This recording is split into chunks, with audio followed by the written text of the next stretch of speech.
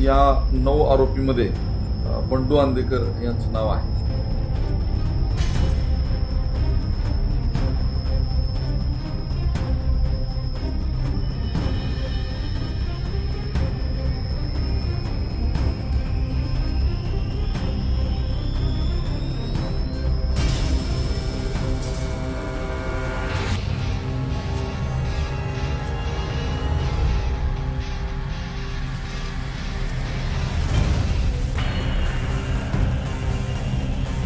कोंढवा या ठिकाणी काल घडलेल्या घटनेच्या अनुषंगानं रितसर यातील मयत गणेश काळे यांचे वडील श्री किसन काळे यांनी दिलेल्या फिर्यादीवरून कोंढवा पोलीस स्टेशनला गुन्हा दाखल करण्यात आलेला आहे। या गुन्ह्यामध्ये अद्याप पावेतो एकूण 3 आरोपींना ताब्यात घेण्यात आलेला आहे आणि त्यांच्यासोबत 2 अल्प विधी संघर्ष बालकांनाही ताब्यात घेतलेला आहे।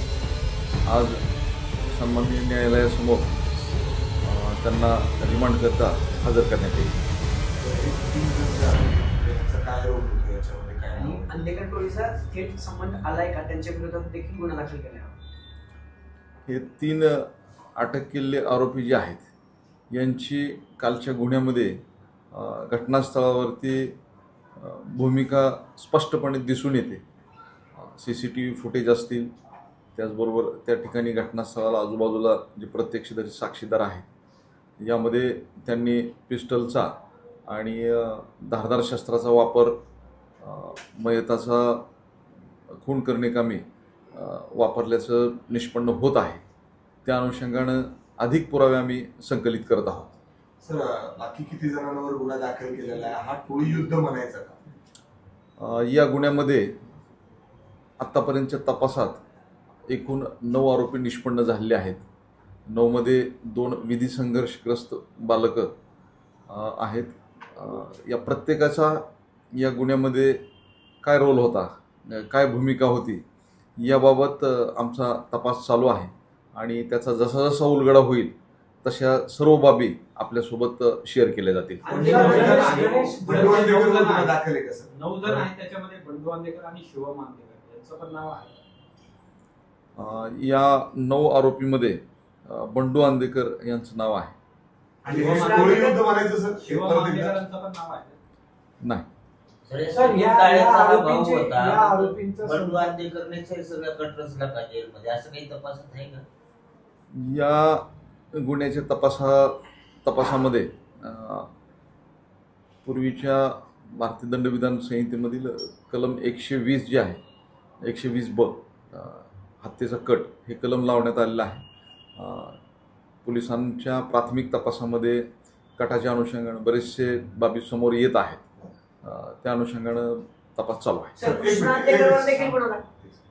सर, तुम्ही बंडू आंदेकरवर केलेला आहे आणि या मुलांचं बंडू आंदेकरांचं काय संबंध आहे? कारण बंडू आंदेकर आता सध्या जे अटकेत आहे जेलमध्ये, या संपूर्ण घटनेचं त्याचा काय संबंध? यातील फिर्यादी किसन काळे मयताचे वडील यांनी काल पोलीस स्टेशनला दिलेल्या फिर्यादीमधील मजकुरानुसार यापूर्वी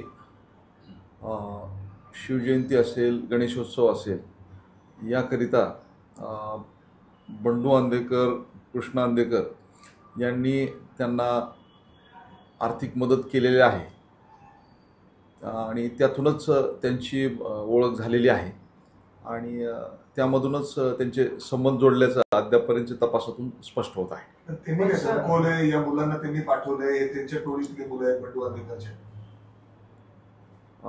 याबाबत अधिक तपास चालू आहे, परंतु आंदेकर ग्रुपशी हे संबंधित असल्याचं प्राथमिक तपासामध्ये समोर येत आहे। एका बाजूला अजून एक असं दिसतंय की जो कृष्ण आंदेकर आहे तो तपासासाठी पुन्हा बाहेर आलेला आहे।